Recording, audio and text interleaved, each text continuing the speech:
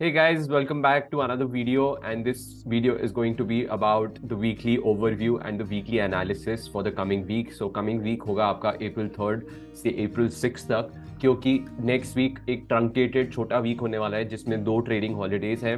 Firstly आपकी holiday Tuesday को है and then the next holiday is on Friday due to Good Friday. So अब आपके पास खाली ट्रेडिंग सेशंस बचते हैं Monday, Wednesday and Thursday. So next week काफ़ी छोटा होने वाला है एंड काफ़ी कम ट्रेडिंग सेशंस होने वाले हैं। अब अगर मैं आपको बताऊं कि मार्केट में क्या हो रहा है, तो मार्केट में काफ़ी अच्छा क्लोजिंग हुआ on Friday and it was a pretty strong closing in India. World wide पूरी स्ट्रेंथ थी। तो अगर आप देखें, कौन अभी सोच सकता था कि लास्ट 3 वीक्स में जो S&P 500 ने आपको मूव दिया है टुवर्ड्स द अपसाइड और अब वो जाके क्लोज हुआ है अपने हाइस की तरफ, तो कौन ये सोच सकता था कि बैंकिंग क्राइसिस की जब बात चल रही थी कि ये सब चीज़ें हमें देखने को मिलेगी। But that is market. जब ज़्यादा फियर होता है मार्केट में तो मार्केट में एक स्ट्रॉन्ग रिवर्सल आने के चांसेस होते हैं। तो मेरे लिए अब इंपॉर्टेंट क्या है, मेरे को अभी भी यूएस मार्केट में थोड़ी अपसाइड और बाकी दिखती है। तो मेरे लिए नेक्स्ट होगा लेवल 4200 का S&P 500 पे, जहाँ पे मैं रीअसेस करने का देखूंगा कि क्या कर सकते हैं। वो एक लेवल होगा कि मैं वहाँ पे हो सकता है कि देखूं कि यहाँ से मार्केट का क्या मूव होता है। अगर आपका 4200 नहीं टूटता है तो वो एक आपको लगे दिखाएगा कि मार्केट अभी भी इतनी बुलिश नहीं है। तो 4200 इज द लेवल, बट 4200 अभी 100 पॉइंट्स अवे है एंड अभी बाकी है अपसाइड, तो वो हमारी इंडियन मार्केट्स को भी हेल्प करेगी। And for the coming week इस पे भी मैं, जो अभी फॉर्मेशन हो रहा है वो यही लग रहा है, S&P 500 और यूएस की मार्केट्स बुलिश है। आप अगर नैस्डैक में भी देखेंगे वो भी अच्छी ही दिख रही है। और एक ये जो लेवल था, जो इम्पोर्टेंट आपका लेवल था रेजिस्टेंस का,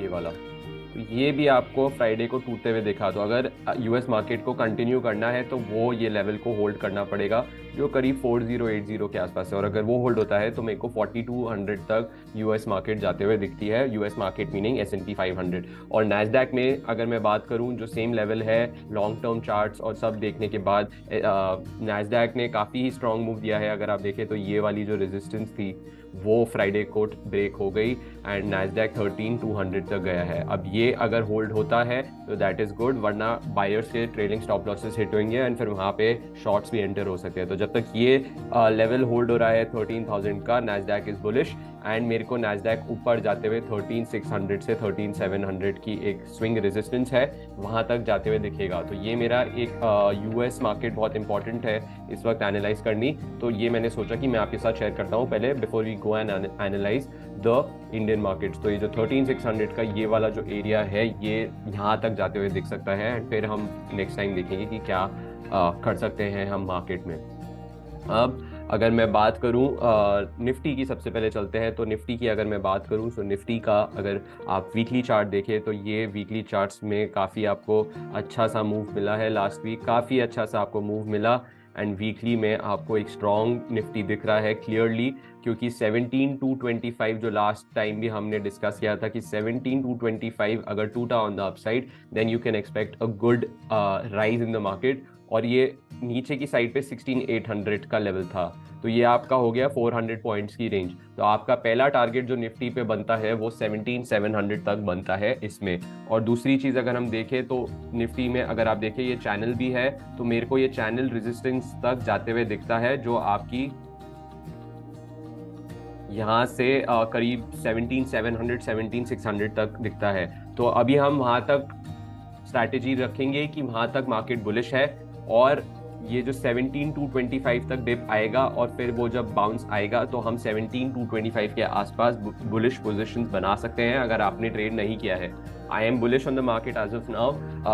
स्टॉप लॉसेस 17200 के नीचे जाने लग गई तो मार्केट वापस से वीक हो सकती है एंड फिर ये वापस से इस रेंज के अंदर वॉलेटिलिटी क्रिएट कर देगी। तो आपको बस ये देखना है कि मार्केट 17200 के ऊपर रहे और फिर आपको एक अश्योरेंस मिल जाएगी कि मार्केट 17600 से 17700 तक जाने को रेडी है और जो ये ब्रेकआउट है वो एक जेन्युइन ब्रेकआउट है। तो हमें इन द कमिंग वीक हमें बस ये देखना है कि 17200 के ऊपर हमें मूव मिलता रहे और मार्केट उसके ऊपर रहे। अगर मार्केट उसके ऊपर रहती है तो आपको इन अप्रैल मार्केट आपको 17700 17800 तक आराम से जाते हुए दिख सकती है। सो ये मेरा एक व्यू है मार्केट पे, दैट आई एम बुलिश और मैं अपने आप को इसी हिसाब से प्लेस कर रहा हूँ इस मार्केट में। बैंक निफ्टी की अगर मैं बात करूं तो बैंक निफ्टी का जो लेवल है, बैंक निफ्टी में इम्पॉर्टेंट चीज़ ये है, अगर आप वीकली कैंडल देखें बैंक निफ्टी की, तो बैंक निफ्टी की जो वीकली कैंडल है वो काफ़ी अच्छी है। पहले एक डोजी बना लास्ट वीक से पहले वाला वीक, एंड लास्ट वीक में आपने एक बहुत ही सॉलिड बुलिश कैंडल बनाई है ग्रीन कलर की, और वो कैंडल प्रीवियस 2 वीक्स को कवर कर रही है। That means that bank Nifty का काफ़ी ज़्यादा अच्छा स्ट्रॉन्ग ट्रेंड था। एंड बैंक निफ्टी का जो नेक्स्ट लेवल आता है वो आपका आता है 41,600, 41,500। तो अगर बैंक निफ्टी का अगर हम छोटे टाइम फ्रेम में जाके देखें कि क्या एंट्री ले सकते हैं और कैसे ट्रेड कर सकते हैं, तो बैंक निफ्टी का सेम जो वहाँ पे 17,225 का ब्रेकआउट हुआ है, बैंक निफ्टी का वो लेवल है 40,200। तो अगर 40,200 के ऊपर बैंक निफ्टी सस्टेन करता है, it's clear cut a buy signal and it's a genuine breakout. अगर 40,000 के नीचे आपको जाते हुए दिखे तो आपके जो बुलिश पोजिशंस हैं, जो लॉन्ग्स हैं, उनके स्टॉप लॉस हिट होने लग जाएंगे और फिर वापस से मार्केट इस रेंज में जाके यहीं रह जाएगी। But I am expecting that the market could be trending here. हमने काफ़ी टाइम तक एक कंसोलिडेशन किया है, तो ये जब कंसोलिडेशन पूरी हो रही है और ब्रेकआउट हो रहा है, तो मेरे को ये लग रहा है कि एक ये जेन्युइन ब्रेकआउट हो सकता है।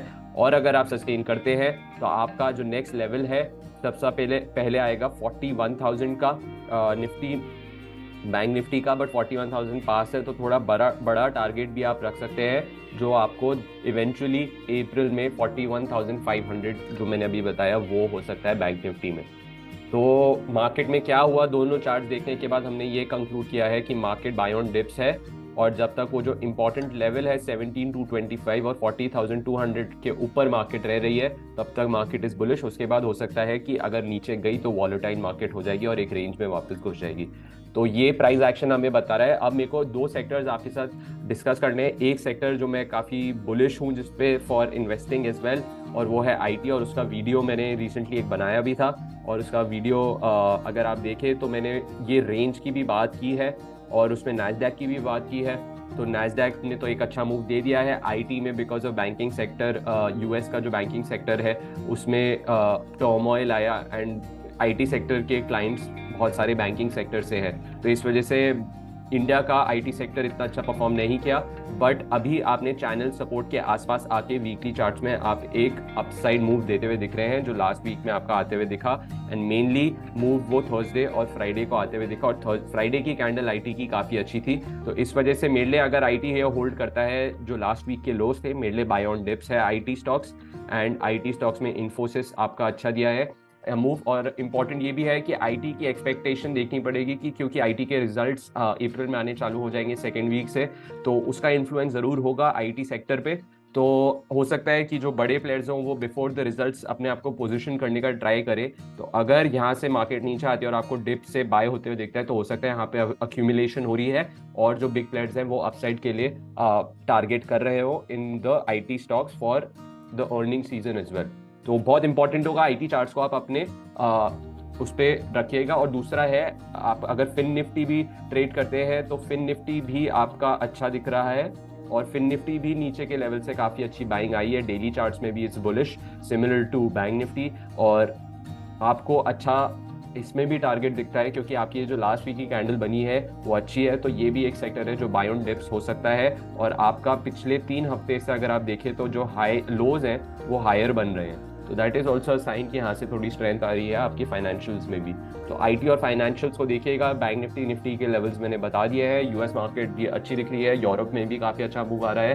तो अभी ओवरऑल ये ज़रूरी है कि हम मार्केट के ट्रेंड के साथ रहे। अभी कॉन्ट्रा ट्रेड्स लेने में पॉइंट नहीं है, तो stay with the trend and don't go against the trend, but be cautious, because कोई भी न्यूज़ आती है तो एक दिन लगता है पूरा ट्रेंड चेंज होने में। इस वजह से अपने स्टॉप लॉसेस को आप रिस्पेक्ट करिएगा। So that's all for this video. That's all for the weekly analysis. If you like this video, do hit the like button and also subscribe to the channel. Thank you.